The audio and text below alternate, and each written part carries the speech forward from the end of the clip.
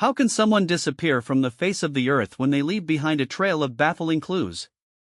We'll challenge that very notion and dive into 3 of the most baffling unsolved vanishings in history.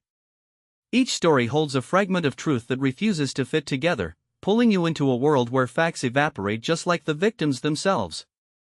In 1971, a man walked into Seattle's Tacoma Airport, brandishing a small note and a pistol, and boarded a Boeing 727 bound for Reno. He announced a hijacking, demanded $200,000 in ransom, and warned that he would kill the pilot if his demands were not met. The plane took off under a cloud of tension, and the world watched as a new kind of terror unfolded. Over the next few hours, the aircraft crisscrossed the Pacific Northwest, its transponder switched off, as the hijacker negotiated via radio with FAA officials. Eventually, he declared that he was ready to parachute from the rear of the plane, demanding a parachute, a map, and a change of clothes before the jump. At 8:15 p.m., the man climbed out of the rear stairs, slipped into a sleek white parachute, and leapt into a freezing, pitch-black storm raging over the rugged Cascade Mountains. The storm swallowed him within seconds, leaving only turbulence, wind gusts, and a massive search grid below. The FBI launched one of the most extensive investigations in American history, deploying aircraft, ships, and thousands of volunteers across 2 states.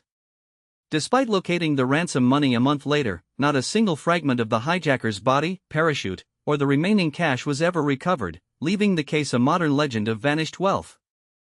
Turn the page east to the Atlantic, December 1872, where a merchant ship was spotted drifting aimlessly, its sails still set but its crew vanished without a trace. The Mary Celeste stands as a silent puzzle, perfect in every detail yet utterly devoid of its people. A passing brigantine, the Dave Ferry, reported seeing the Mary Celeste as early as 10 a.m., and crew members boarded to inspect the apparently abandoned vessel. Inside they found the captain's daughter's diary still open, a set of clean dishes, and a pot of stew that had been cooling but never served. All personal effects, clothing, valuables, and the ship's log were intact, and the cargo hold was full of undamaged cargo. A warm meal sat on the dining table as if the crew had stepped out for a break, yet the ship's compass spun wildly, indicating a sudden violent disturbance before their disappearance. Forensic examination revealed no signs of struggle, no blood, and no evidence of piracy or mutiny. The ship's hull showed no leaks, and the lifeboat was securely lashed inside, suggesting the crew never intended to abandon the vessel. The mystery deepened as every clue pointed to a sudden, inexplicable vanishing act. Head north to the storm-wrenched Scottish archipelago of the Flannan Isles, where the isolated lighthouse had become the pride of the Northern Lights. In 1900, a supply ship arrived only to find the light dark, the keepers missing, and an unsettling silence. 3 experienced keepers, James Harris, Thomas Marshall, and Donald MacDonald, had been stationed there for months, maintaining the beacon that guided countless sailors through perilous waters. Their families later described them as resolute men, yet the building was empty, and the lamp burned silently, as if they had vanished into the night. The supply vessel's crew entered the lighthouse to restock provisions and found the bedrooms untouched, but the main staircase slick with seawater. A set of oilskins hung on a hook, drenched, implying one keeper had ventured out without proper gear before the storm hit. The logbook's final entry, dated December 15, read, "A violent storm rages, the likes of which I have never seen."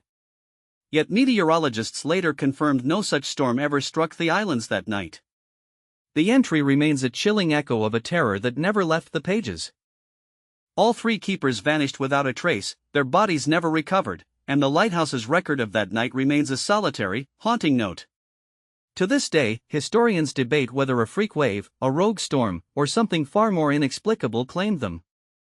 What binds D.B. Cooper, the Mary Celeste, and the Flannan Isles keepers is the stark contrast between orderly preparation and total erasure. Each case left behind precise details, ransom notes, a perfect ship, a well-kept lighthouse, yet the human element simply dissolved, challenging our very belief that everything leaves a trace. So the next time you hear a wind howl across the cliffs or watch a storm roll over the ocean, remember, somewhere out there, a mystery still waits for a witness to solve it.